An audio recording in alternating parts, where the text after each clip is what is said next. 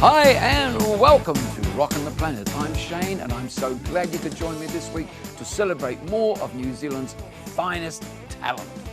This week we get to sit and chat with a man who's done it all, from being a radio host to a singer-guitarist, Hamilton's talented entertainer, Glenn Carley. And as if that isn't enough, we get to catch up with one of our most respected musicians, singer-songwriter from Tauranga, Chris Gunn. But first, let's see who's been rocking the planet this week.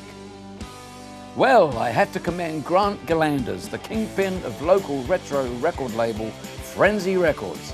He has recently completed the mammoth task of compiling every track ever recorded by New Zealand's mod father of rock, Ray Columbus, and given it a worldwide release under the title Now You Shake.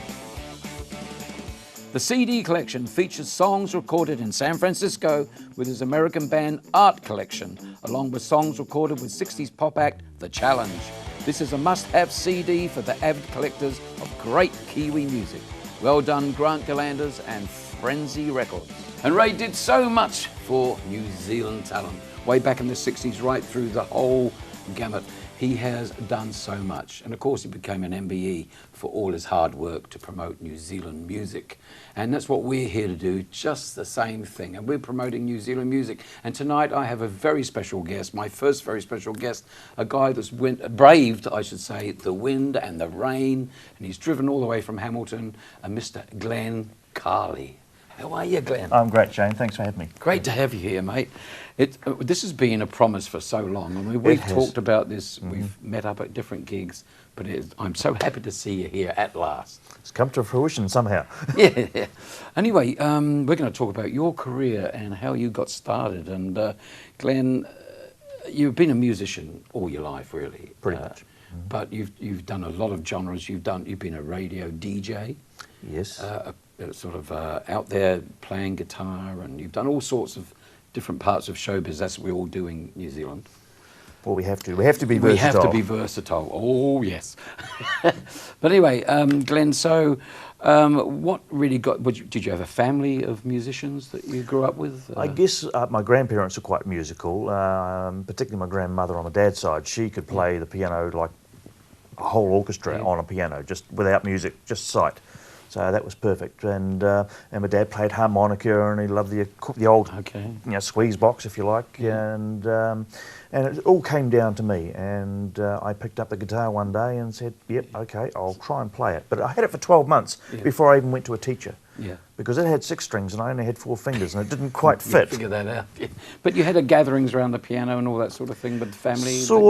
Not so much around the family, but certainly at parties and amongst my up here as my friends. Somebody's got to play the guitar. It had to be me. Well, I know that you inherited their party spirit. I'm sure you did. Oh, yes. Did I? Oh, okay, you're a bit of a party animal. I've been up late with you. You taught me well playing guitars. So that's where your spirit comes from for the music thing. But you didn't start out straight away performing as such. You looked for another job as such, and you became as I say, radio. I want to get to the radio part of it. What year was that when you started in the radio? Well, of course, I was playing in bands around the Eastern Bay underage in the early 70s. And I thought, this would be a good career to pursue. But of course, my dad always said, no, you've got to have a real job. Don't they? I thought, what's a real job? And so I thought, right, ideally I'd get into radio, because radio had just started up in Wakatani, where I grew up. And in 1975 I started there as a journalist. Oh, as a journalist? Because they didn't have room for a DJ, and I really wanted to play all that music, Midnight Dawns, any time of the day would have been great.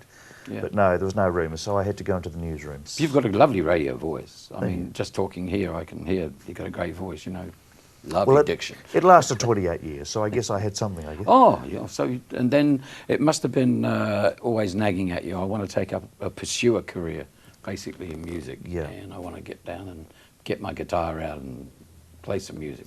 When I saw the changes in radio, the way things were going, I decided, this is not quite me.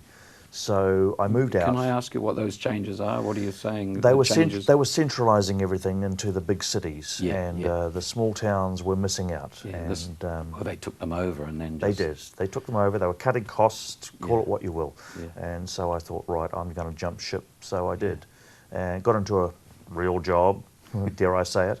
And eventually, Back to however, journalism? no, not exactly. Although I did do a small stint in newspapers, but eventually I got back into a corporate company, and again there were changes within the corporate company. Yeah. And I came home one day and I said to my partner Cherie, I said, "Look, I'm giving up this job."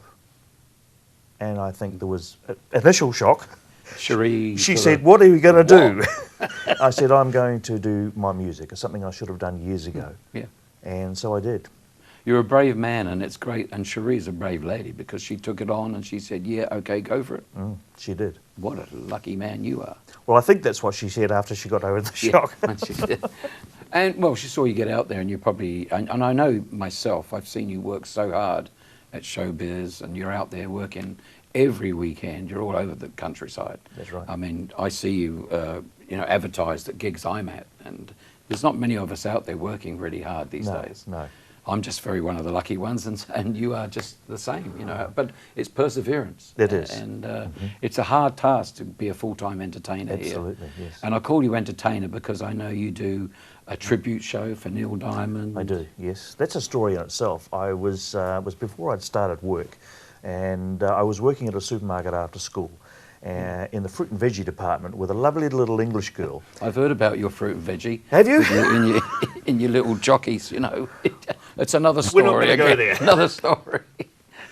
But she said to me, we got to talking about music, and she found out that I enjoyed Neil Diamond, and she said, "Have you heard his latest album?" I said, "Which one was that?" And it turned out to be Hot August Night. Oh, great. And of course I didn't have a copy at that time, being as poor as I was then, just like now as a musician. Yeah. And she said, "Well, take my copy home," and I did for the weekend, and I played it probably 20, 30 times. Yeah. I drove my parents crazy, but I learned every single song, and I played along to every single one of those. And that was the beginning of what becomes my Neil Diamond tribute today. And it's in big demand. It is. He's a You're very popular artist, of course, and yes. those who Great can't get to songs. his actual gigs are quite happy to take the tribute performers. It was the same thing. I do the Cliff Richard and the Shadows thing, You and, do. and people love that, and because you can't get it. No one plays that stuff. No, and I don't no. see a great deal of people playing Neil Diamond either, apart from Neil Diamond himself and you, Glenn Carley. You're doing a great job out there, mate. Thank you, yeah. Well, Glenn, are you going to sing us one of your beautiful songs? I will. It's off my album, which was produced at Manuka Studios by Mike McCarthy. He did a Yes. fantastic job, and I still have a few copies for sale, of course, as you do. Covering And, country. that's right. cool. It is all country music. There are 2 original songs on there, which I co-wrote with our good friend Tim Armstrong. I love you, Tim. Yeah. And there's quite a few from Alan Jackson, and it's an Alan Jackson number I'm going to do for you tonight. Oh, can't wait to hear it. And it's called Buicks to the Moon. It's a love Buicks song. to the Moon. It's a love song that Alan wrote for his wife Denise. Sounds beautiful to me. Let's hear it. How long will I love you? I don't really know. I like to think forever is how far we could go. So let me paint a picture of how it's gonna be the day you don't mean everything to me. When a nickel's worth $1 and gold ain't worth a dime. When they build a ship on waters that will take you back in time.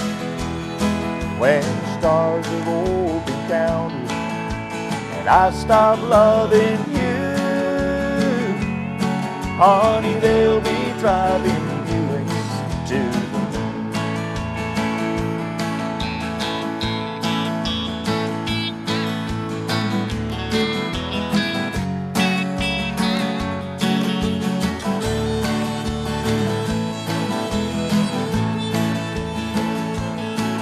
Now you don't have to worry about what comes to pass. This old world may wear out, but my love's gonna last. If they ever build that highway to the moon, I'll just find something else to promise you. When a nickel's worth $1 and gold ain't worth a dime. When they build a ship on waters that will take you back in time, when the stars have all been counted and I stop loving you, honey, they'll be driving Lewis to the moon. When the stars have all been counted and I stop loving you, honey, they'll be driving Buicks to the moon. Buicks to the Moon, Glenn Carley. Beautiful song. I love that. Alan Jackson, of course. Alan Jackson, yes. He's obviously one of your heroes, Alan He Jackson. is, yes. And are these the people that inspire you? Is Alan Jackson your hero, or is it who actually inspires you and gives you the spirit to... I was given some Alan Jackson songs a few years ago before I even started doing it full time, and I didn't even realise how good they were at that point. But since then I've grown with him and included a lot of his music in my repertoire. But there are others, of course, I can go back to the old days, Merle Haggard, George Jones, of course, Kitty Rogers, and there are many more from that era. But also those of today, your Brad Paisleys, your Ty Herndons and Tim McGraw and so on. There's many more like that. So it's just beautiful music. It's real music. It is. And being real music, of course it is. But it's really country music that inspires you more than it is now. Any other genre. Yeah. Pop music or... Strangely enough, there was a gentleman who said to me one day, he said, you really should be a country singer. That's country music you should be singing. It's your genre, it's your voice. Yeah. I said, really? Okay. It took me a few years to understand that. It sounded good to me, and I know it sounded good to everyone out there. Ladies and gentlemen, Mr. Glenn Carley, I am so happy to have you here, mate. Thank you, I wish you all the success up in Pie here. Eventually, yes. In May. Yes. Just a little way away, so good luck, and we'll have you back again when you've got the new album out and some more news. Absolutely. Catch up with us again. Thank you. Thanks, Glenn.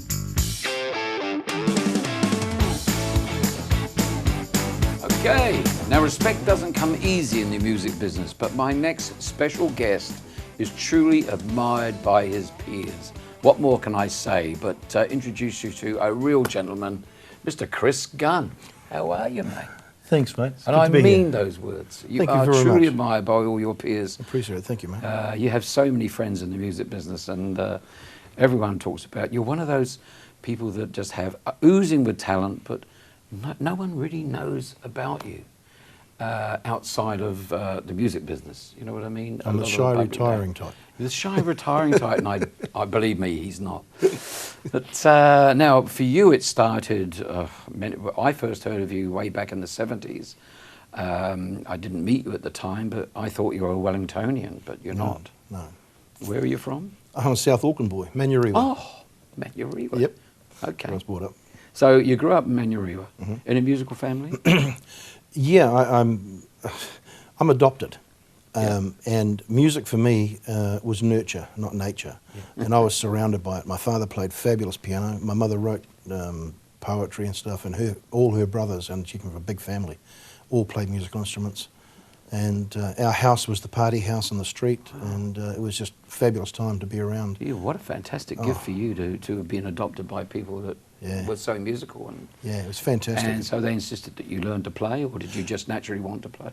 No, well, yeah, I did want to play, but I got taught classical piano for 7 years, and then along the way picked up the guitar and played in a couple of little bands at school that never amounted to anything, and then I joined my first real band and got paid my first paycheck when I was 15, which was 50 years ago. And I actually was playing bass in that band. I was going to say, you started out as a bass player. That's right. Yeah. Even though you did piano. What was the bass thing? What drew you to the bass? In those days, bass was something that nobody taught. Because bass guitar was, especially around Manurewa, was a fairly new thing. Yeah. And I guess having played piano, I had an understanding of how bass was tied in with the rest of it. All that, So I picked it up and fell into it and just fell in love with it. It's still my favourite instrument. I just adore standing at the back of the band with a damn fine drummer and laying down a good feel. I love it. Yeah, I mean, so you started out as a bass player. Somehow you ended up in Wellington. Now, this is where you came to me. You know, this is the first time I heard about Chris Gunn. He was in Wellington and he was going to Napier. Well, I went to Australia in '69 and played over there for 2 years, and then came home. Still playing bass? Yep, still playing bass, and went to Wellington looking for a bass gig. I just wanted a change, and I loved Wellington. So there wasn't much around for a bass player, and I ended up getting a gig as a guitar player.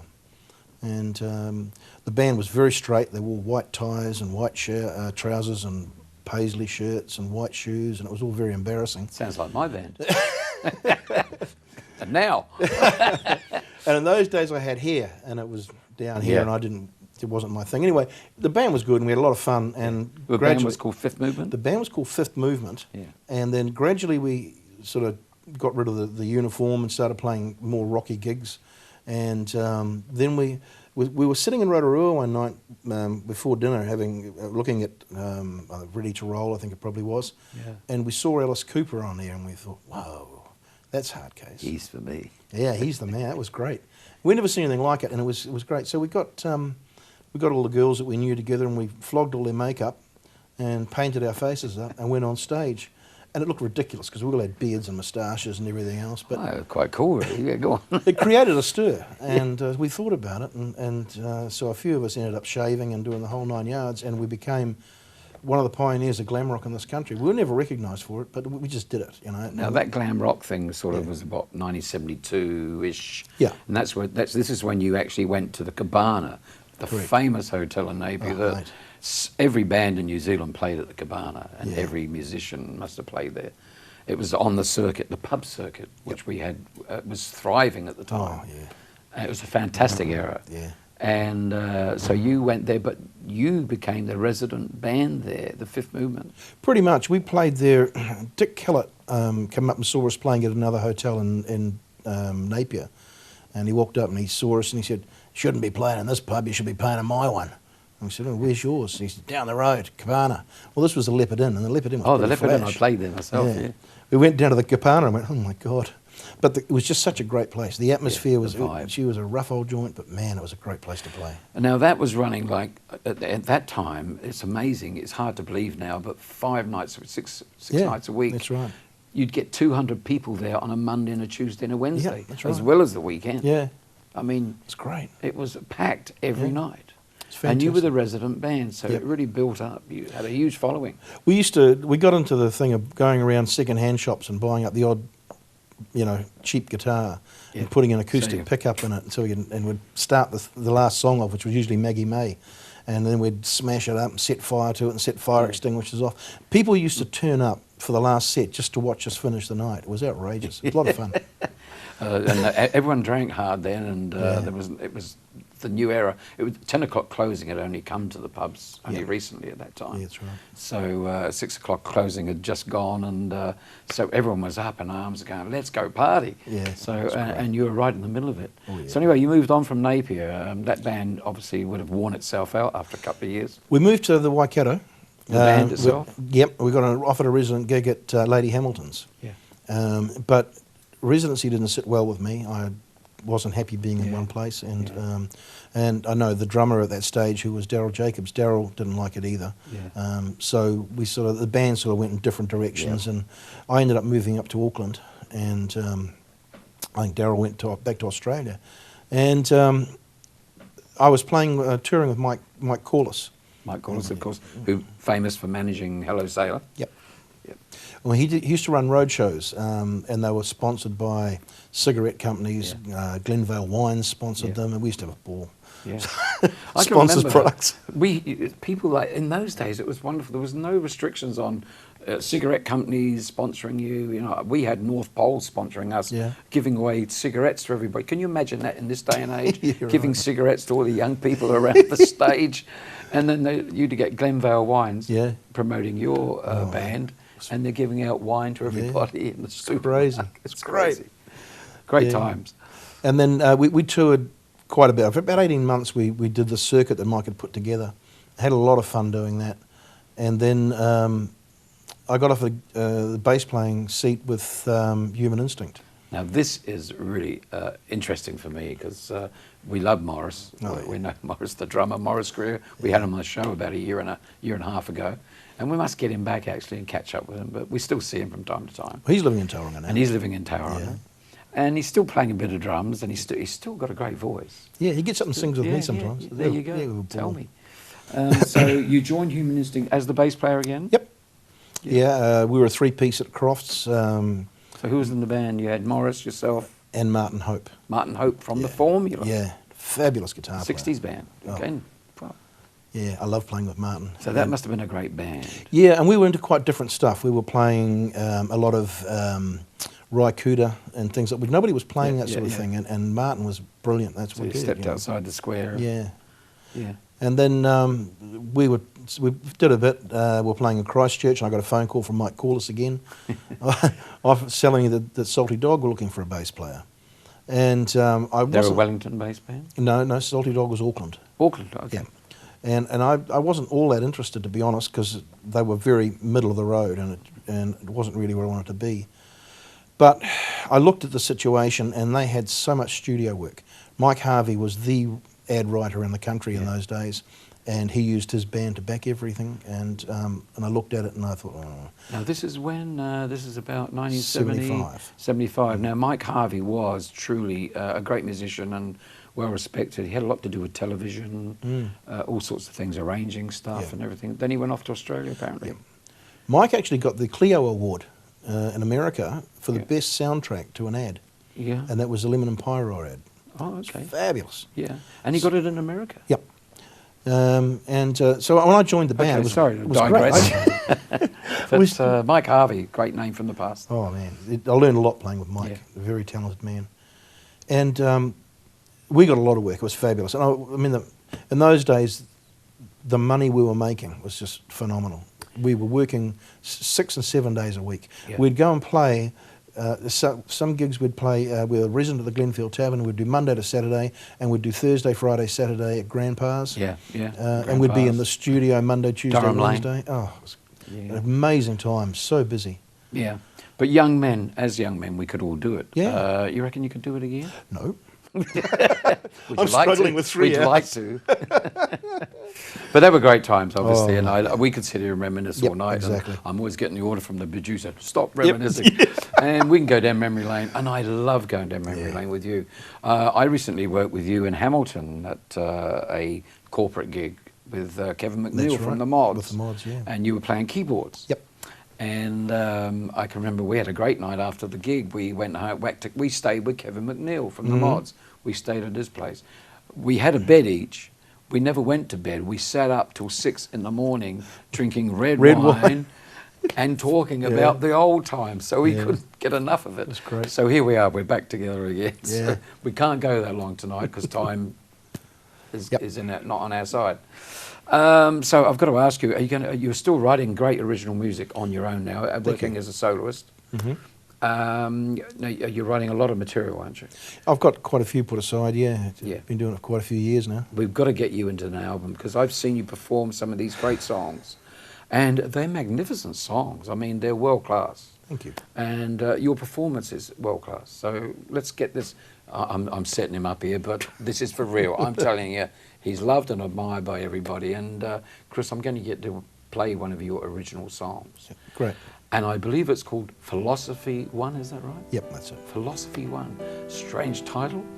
He's not a strange man, he's a great man. Come on, let's enjoy Philosophy by Chris Gunn.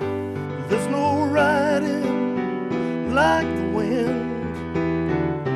There's no loving like when you've sinned. There's no drinking like when you fall. There's no sharing like having it all.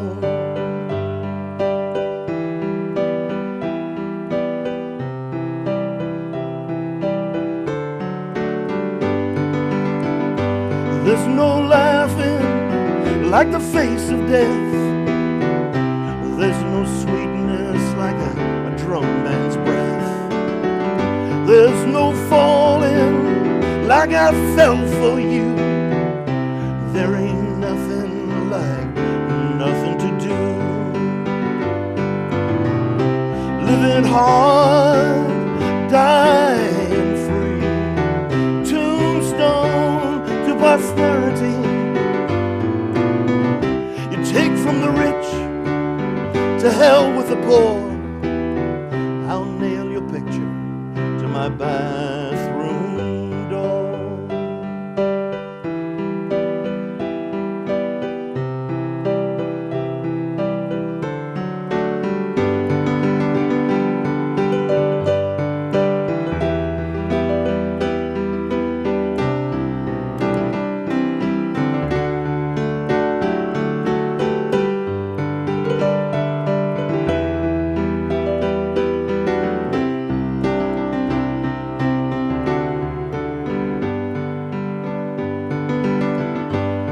There's no singing like the blues. There's no losing like nothing to lose. There's no praying like praying upon. There's no hoping like all hope is gone. Living hard, dying free. A tombstone to posterity. Take from the rich, to hell with the poor. I'll nail your picture to my bathroom door.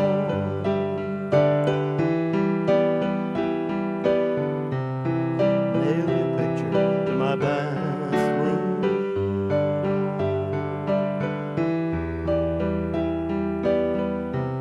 Philosophy One by Chris Gunn. Lovely song, man, and a great performance.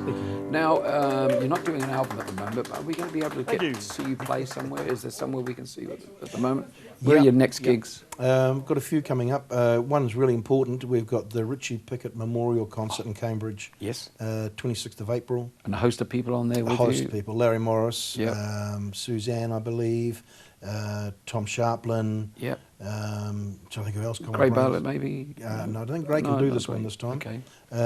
But yeah, a real good lineup of people. Yeah.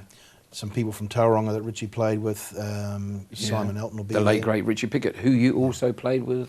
For about 7 or 8 years, Richie and I played together. Yeah. That's amazing. You've played with everybody. He's worked with me. He's worked with everybody. Well, look, we look forward to anyone wants to catch up. He's out there working the Cambridge Town Hall on the date of 26th of April. 26th of April. Be there for a good night out. Chris Gunn will be performing there, and a lot of other great 60s icons and whatever. I look forward to catching up with you again soon, Chris. I know we're going to be on a stage together somewhere very soon. Certainly are, mate. I want to thank you for being here tonight, Thank man. you for having me. Made my day having you here on Rockin' the Planet. Thank you. Well, where did the time go? Well, that's it this week for Rockin' the Planet. I'm Shane. I'll be here next week, same time, same place. Until then, keep on rockin'.